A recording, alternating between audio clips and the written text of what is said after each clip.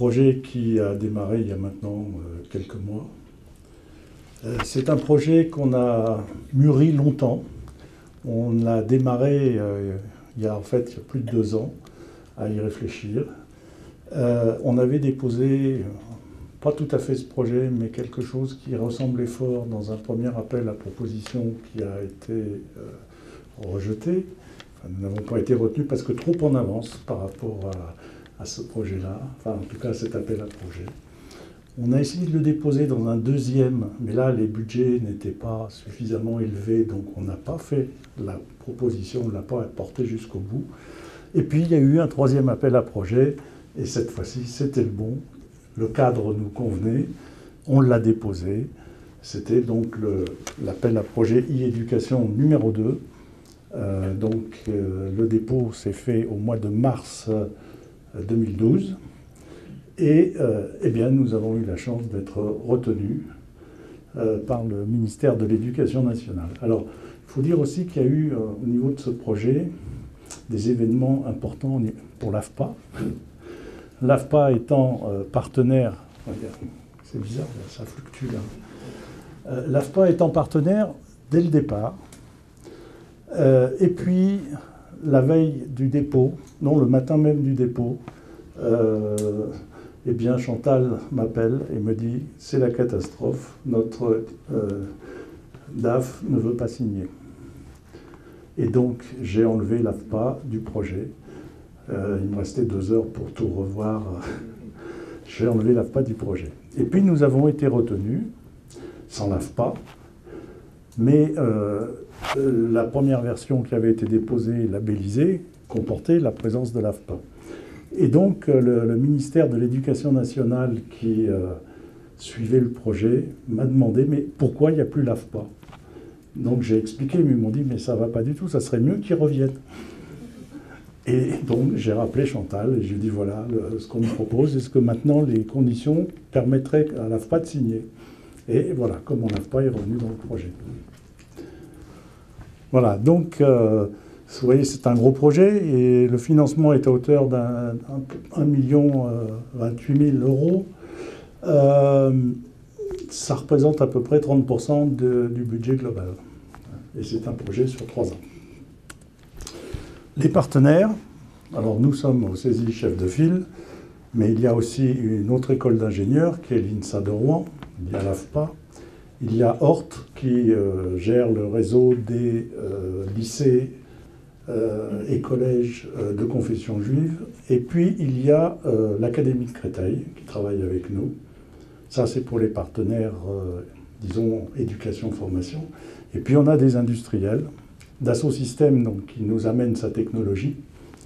Emissive qui est une petite société qui travaille dans le giron, je dirais, de Dassault Systèmes, puisque ce sont des gens qui ont été chez Dassault Systèmes à une époque, parce que Dassault avait racheté une société qui s'appelait WearTools, dont ils étaient fondateurs, et donc qui sont des développeurs qui maîtrisent parfaitement les technologies 3D. Et puis nous avons GDF Suez, qui était censé nous apporter de la matière, de l'expertise professionnelle, et aussi des ressources numériques. Il se trouve que là aussi, les événements font que le partenariat est en évolution et que finalement, ils ne nous ont pas apporté grand-chose jusqu'à ce jour. Et probablement, ils vont finir par se retirer du projet. Mais par contre, l'AFPA apparemment a bénéficié de ce contact, comme ça vous a été présenté à l'instant. Et bien sûr, c'est un projet donc, qui est financé dans le cadre des investissements d'avenir, d'où le petit logo qu'il y a en bas et qu'il faudrait d'ailleurs mettre pratiquement sur toutes les pages. Alors l'intention, c'est d'abord et avant tout, c'est parti de là, de l'idée qu'aujourd'hui, les jeunes ne s'intéressent plus tellement aux sciences, en général, ni à la technologie, et que ça pose un vrai problème, et qu'il faut trouver donc des méthodes qui permettent de revaloriser l'enseignement professionnel et technologique, grâce notamment à des technologies innovantes, et grâce notamment à des technologies numériques en 3D. Alors, les objectifs du projet, ils sont triples. Le premier objectif, c'est bien sûr de développer des environnements interactifs en 3D, en s'appuyant sur la technologie qui nous est offerte. Mais ce que l'on souhaite faire, ce sont des environnements qui se prêtent à la fois à des apprentissages de type conceptuel, aussi bien qu'à des apprentissages beaucoup plus pratiques de gestes ou de procédures techniques. Ça, c'est un peu le pari du projet. Et faire cela sur la base de situations simulées. Alors ça peut être des situations d'intervention, ça peut être aussi des situations de pilotage, des situations de modélisation, d'optimisation des process, etc. Le deuxième pari du projet, c'est qu'on veut les expérimenter à grande échelle et on vise à un minimum de 5000 utilisateurs avant la fin du projet chez l'ensemble des partenaires. Alors évidemment, il y aura des utilisateurs scolaires dans le secondaire, des utilisateurs de niveau technicien, des utilisateurs de niveau ingénieur et puis des stagiaires de la formation professionnelle. Donc le pari, c'est aussi d'avoir des scénarios variés et adaptables, mais qui s'appuient sur les mêmes environnements et sur les mêmes objets 3D. Et enfin, le troisième pari, c'est de profiter de ce projet pour mettre au point une méthodologie industrielle de production de ce type de produits, qui s'appuie donc sur des ressources 3D qui peuvent être des ressources industrielles, qui proviennent directement des systèmes CAO de constructeurs, quels qu'ils soient, sur lesquels on va pouvoir implanter des scénarios pédagogiques. Et le pari, c'est aussi de développer un outil d'édition de ces scénarios qui permettra à pratiquement tout formateur de produire ces scénarios directement à partir du moment où il a les objets numériques en 3D bien délimités avec un niveau de détail suffisamment fin. Voilà.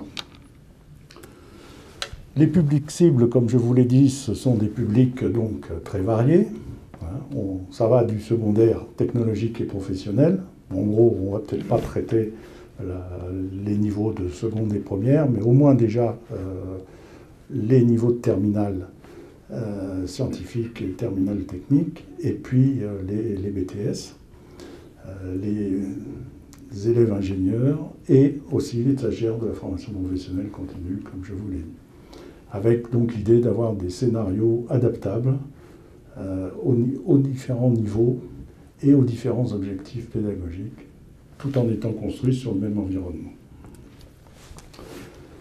Les technologies que l'on va utiliser, ce sont d'abord des sources industrielles, et on ne va pas s'amuser à fabriquer l'environnement, on va prendre des objets réalisés avec des systèmes de CAO avec un niveau de détail assez important, quitte à ce que nous, ensuite, on réduise ce niveau de détail pour le rendre plus facilement manipulable. On va utiliser donc comme environnement global de développement le studio 3D VIA de Dassault Systèmes. Les scénarios, eux, seront développés à partir d'un langage de modélisation existant, qui générera directement des actions sur les objets en 3 dimensions, et puis donc avec un éditeur spécifique qui servira d'interface pour produire les scénarios entre les objets et le formateur qui souhaitera les réaliser. Alors le premier environnement qui a été choisi, c'est un environnement qui porte donc sur les énergies renouvelables et entre autres sur les aérogénérateurs et globalement la chaîne éolienne. Alors voilà quelques images qui vont être utilisées, enfin des ressources qui vont être utilisées pour fabriquer nos scénarios. On a déjà maintenant les fichiers qui sont des fichiers CAO d'un constructeur qui ont été banalisés en quelque sorte, mais qui sont extrêmement détaillés. Alors le type de scénario que l'on envisage aujourd'hui, mais ce n'est pas limitatif, c'est des scénarios, donc, je vous l'ai dit, de 2 sortes. Il y a des scénarios plutôt d'apprentissage de notions ou de concepts, et puis des scénarios qui se visent plus à acquérir des procédures d'intervention, Alors, au niveau des concepts, on a un premier scénario qui est la découverte du fonctionnement de la chaîne éolienne et de ses composants.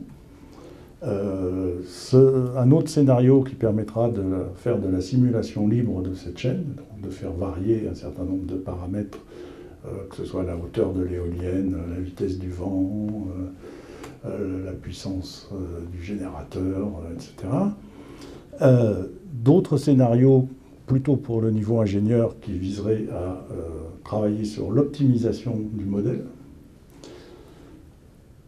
L'apprentissage de concepts, ben ça se ferait au fur et à mesure de ces manipulations. Et puis donc des apprentissages de procédures d'intervention en maintenance. C'est là qu'on aurait eu vraiment besoin du partenaire GDF Suez. Mais bon, peut-être qu'on arrivera à le récupérer à un moment donné. Voilà, les outils de travail. Alors au départ, Dassault Systèmes nous a proposé sa plateforme, qui est une plateforme que nous avons jugée, au bout de très très peu de temps d'usage, absolument impropre au travail collaboratif. C'est une plateforme qui permet de présenter des documents, de les partager, mais pas de travailler dessus. Qui est en plus relativement peu convivial dans son usage.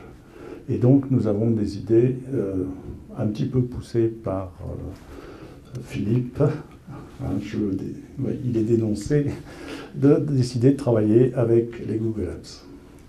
Voilà, et donc le site il fonctionne, il n'est pas encore complètement en service, mais enfin moi je l'ai testé. J'en ai même profité hier pour charger tout un paquet de documents techniques qu'il était urgent de partager. Et voilà, donc on se lance sur cet outil-là avec l'espoir qu'effectivement on va pouvoir vraiment collaborer et travailler à distance. Et cela dit, j'ai découvert au passage que nos collègues techniques des missives, entre autres, utilisaient déjà ça, bien que dans l'environnement d'Assault Systèmes, pour partager avec leurs clients.